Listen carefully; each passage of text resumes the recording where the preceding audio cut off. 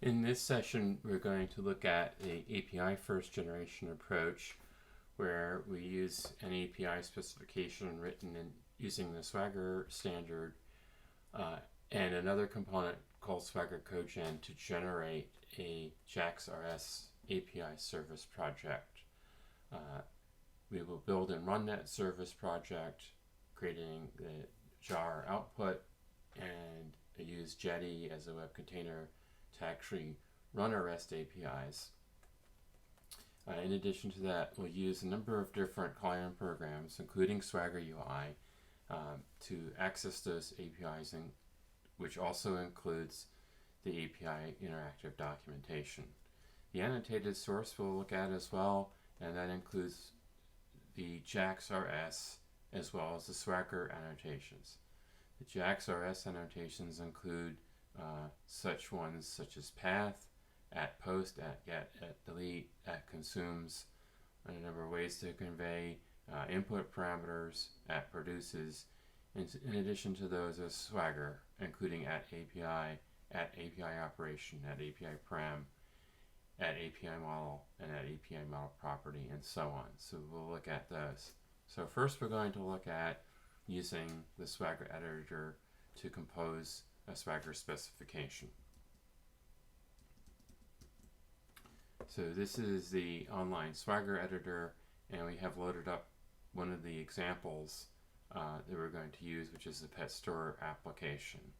So this is a Swagger 2.0 compliant specification format. Your view here is on the left hand side is kind of the source code for Swagger, and on the right hand side is a rendering of that's provided as part of the interactive editor. You can just expand the rendering and just focus on that, which we'll look at a number of different paths here. So we're going to be using primarily the store API, store inventory, which we'll look at in a lot of different ways in a few minutes, as well as find by status. So those are two that we'll be looking at.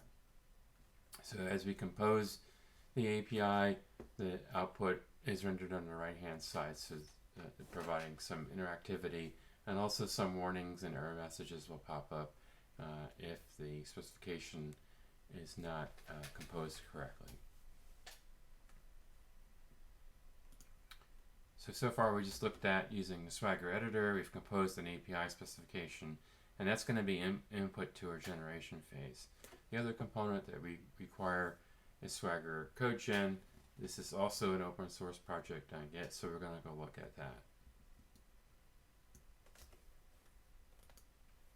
So this is the Git homepage for Swagger CodeGen, and very easily what I did is I just did a git clone, and there's really well described instructions on this homepage in terms of building.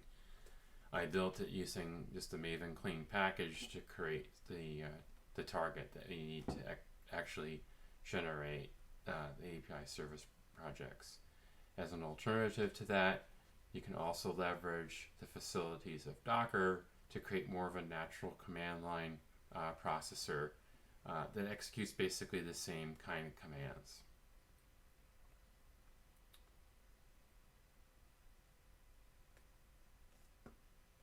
So once we generate the jar file, it can be executed on a command line using a Java program, which is what I used to generate the sample code, which you're going to see in a few minutes. There's a number of different options here, a lot of different languages that are supported, including Java, Objective-C, PHP on a server side, and also client SDK. So there's a lot of different options that are very well documented on this page. So here's my output, Swagger CodeGen, and it generated I already did the Maven clean package, which generated the target. So under the bin directory is a number of predefined shell programs that will generate some of the examples that you can follow. We're going to be using the JAX-RS Jersey example. This is the one that we used.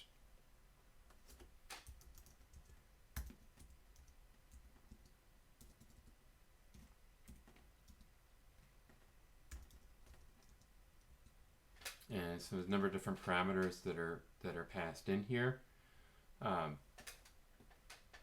So we can look at here's the jar file that was generated through the build process, the packaging process. A number of different options that are passed into it, where you want the output to go to. What do you want to use as the input? Here we're just using the pet store example in its YAML format that we saw in the editor earlier. We want to generate the JAX-RS specification using the Jersey 1 reference implementation. You know, what ports we wanted to have it available on. In this case it will be 8080, and what the artifact ID we want to use when we actually go to building it. So we ran that, and it generated the annotated source code and other files that built the API service project. And so now we're going to look at the API service project. It's already running, but we could build and run it and deploy our REST APIs. So let's go look at the code in the IDE.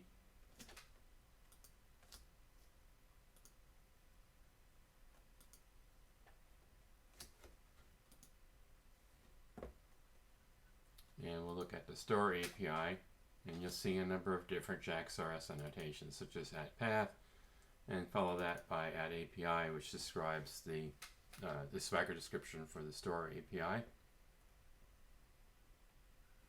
We're looking at get, which is a JAX-RS annotation on path/inventory, so the kind of the fully qualified relative path is /store/inventory. This produces a media type of application JSON, another JAX-RS annotation, followed by a Swagger annotation, which describes, provides a description for the API.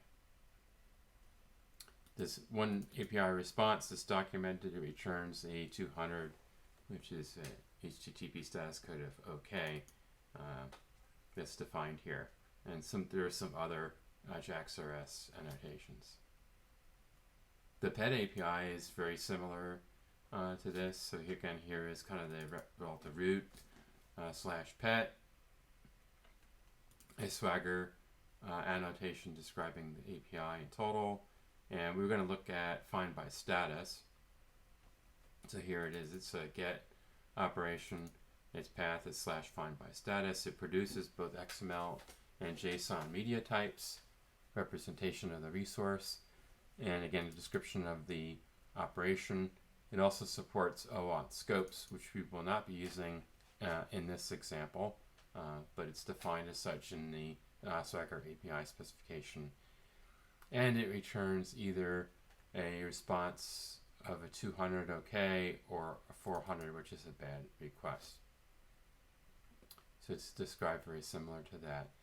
So those are the annotations that would be placed on the API themselves, and then also the models or the objects that form either the request or response payloads can be defined. I'm just looking at order here.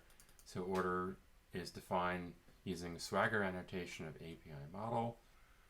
It is also streamed out as a JSON object, so the properties get defined or renamed. And then there's certain API model properties here. ID is one of the properties.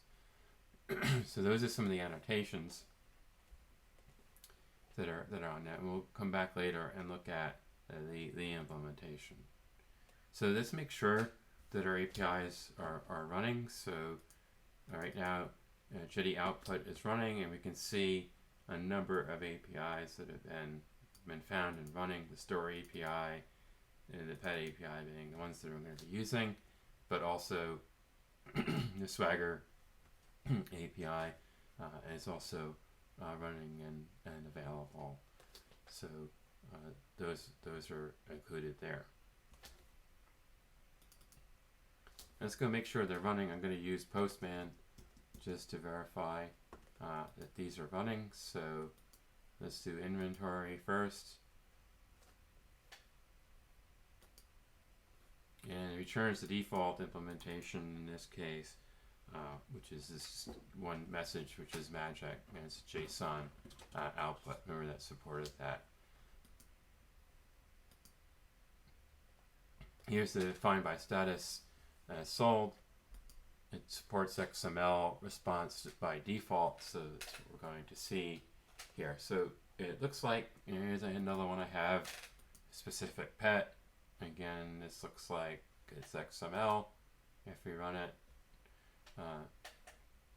which is the default resource representation. So everything is running okay. So we just use Postman to actually just validate our REST APIs. And so let's bring up, I already have loaded up Swagger UI, which would be the developer experience for this.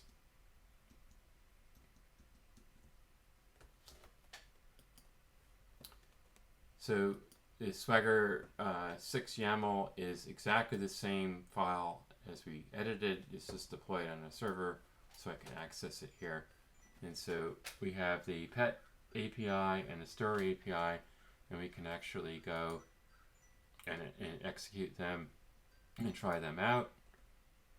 And again, it sends back that default magic that we saw earlier. So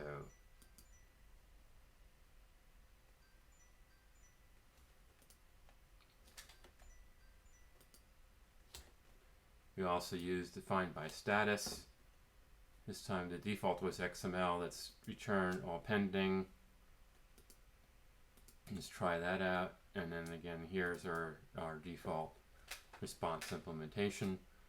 I can see in JSON, let's look for ones that are sold. And it returned the JSON representation.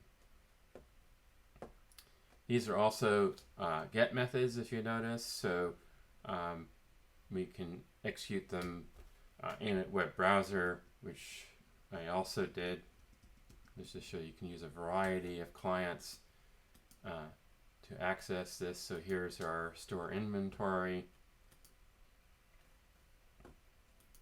Again, you can see the default implementation, and our find by status, the default is XML. So that's what it's going to return. So once we've kind of started our REST APIs, we use Swagger UI and a number of different clients, including Postman, to actually exercise those APIs to show that it works, and use Swagger UI as the development experience. So let's dig a little bit deeper into the generated source code and show the default implementation. So for the store API, we have a store API implementation, and you can see it's very simple. It just returns this string that's built into a response message with OK. So the status is always OK if we reach this far. So this uses the adapter pattern where the business interface is the store API service, which just provides the business level semantics of what is actually invoked through the API. So here's get inventory, for example, for that. So the service implementation just extends this abstract class. It's really just an interface that's described here and provides a default implementation that we saw earlier.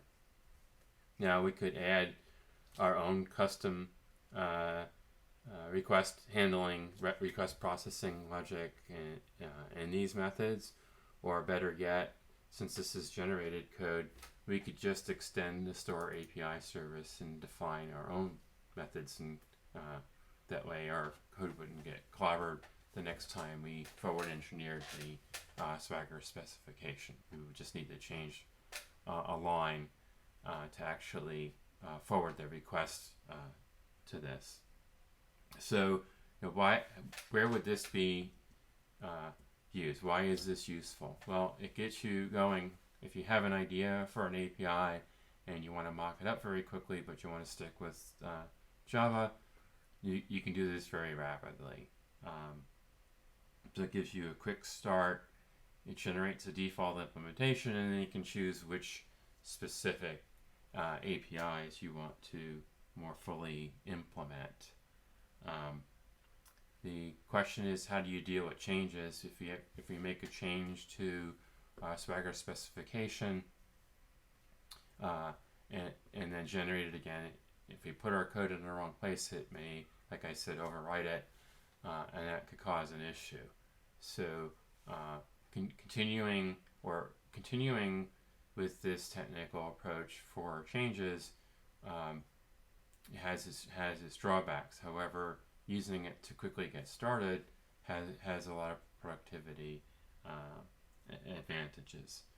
One of the things that we can look at is using different design patterns, or just enhancing the adapter pattern, using some of the facilities that are the Lambda functions in particular in Java 8, so that we can just pick one operation and elaborate it that's independent from the other operations, for example. Okay, the first example we're going to show here is a service first generation approach, where the Java code is actually going to generate the API specification that we can see, for instance, in a web browser, or we can use Swagger, a modified version of Swagger UI, to view the content through the APIs. So in this case, this example uses Spring 4 annotated source. It could just as well use JAX-RS annotations to generate the APIs. Then the source code is additionally annotated with Swagger related annotations. And then finally, we add a Swagger configuration and path provider classes to generate the Swagger compliant specification output for the APIs. They are deployed through a jar. In this case, it uses Spring Boot to host the APIs, and then we can actually view the Swagger specifications and use Swagger UI and Postman, for example, to actually execute the REST APIs. Some of the annotations that you'll see in the code are Spring 4 annotations, including REST controller, request mapping, and so on, and some of the Swagger annotations, API operation, API param, API model, and so forth. So if we swing over to the IDE, we can view the API. Here's the REST controller annotation that we mentioned before, and this happens to be a news API, and we can see the Swagger annotation next to it, followed by request mapping. So we have /news with the request method get with API operation defined further. This one is one that we're going to show in the web browser through Swagger UI here in a moment. It actually just returns a collection of news entries given an authorization token, and you can see that you have the at API param and at request header, Swagger, and Spring 4 annotations respectively. So we swing over to our news API here. So it's running on my local host, and we can bring up Swagger UI, and it just shows you the news API. And you can see the operations on the news API. We can create a news item, we can delete a news item, we can update a news item, we can get all the news items, or we can get a news item by a unique identifier. So if you look at just one of these, we can expand it and see again it requires an XAuth token, but I'm going to execute it without it so you can see what it generates, because this example also shows the use of authentication. So if I try it out, I'll get access denied, and it's not very descriptive here. It's just the default Spring error that's set up for that. It could generate 401 unauthorized and provide us some hints on what we need to specify. That's not in this sample, and so we need to get a token, and that's what the user endpoint is for. If I expand the operations, it provides one operation called authenticate, and so if I do specify a valid username and password combination, it will generate me a token. So here's the request URL, passing in the username and password as query strings. Don't do that. Just for the example, it generates the token that I want to access the news API. So I'm going to collapse that, go back to the news API, specify that as the token, and try it out. And indeed, I'm still authenticated and I get all the news items. There's a total of 5, indexed from 0 to 4. So that would work. If I put some invalid tokens in here, it will generate some number of errors, still a 403. If I really mangle up the token, it will still prevent me. It might cause some other errors here. It's just the default errors that is set up in the Spring default project. Certainly, you might have better error acknowledgement than that. Okay, and so we can access a news item by ID. This is one of the reasons why we didn't make there's a valid token. An ID is required, and so the Swagger UI will indicate that. I'll just put in 1 for purposes of demonstration, and you can see it returns the content for 1. There were only 5, so if I put in 20, it should generate an error. It just didn't, there was no content for it, so it didn't generate an error. So it said, okay, your request was honored, but you don't get any content. So that was one of the reasons why we didn't make the auth token required back on Get News, because then we would have to specify something for it. So we could leave it blank. You can see if you don't specify it, then access is denied. So you can see the API docs. It's a self-descriptive API, meaning it generates the Swagger specification. So here is the info block for the entire Swagger specification. Has 2 paths, the news path and the user path. And so we can kind of discover the APIs through Swagger here. So this is a full-blown Swagger specification for the news endpoint, which provides 4 functions that we tried, some of which we tried a little bit earlier. Sync can be done through Postman.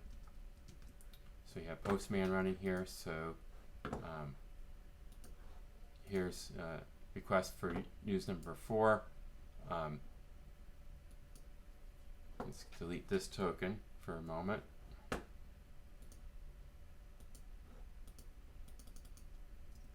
Because we try it without auth first, and you'll see the error that we get in its raw form. So again, here's our 403, access denied. We'll go back and put in the X auth token header. Hopefully my token's still valid. Whoops, don't need that one. Go back and grab my good token. My good token value. Should still be in my cache. It is. Let's copy that over to Postman. And now we should get value back. Well, let's try re-authenticating.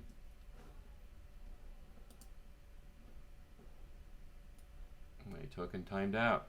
Right, and then go back here.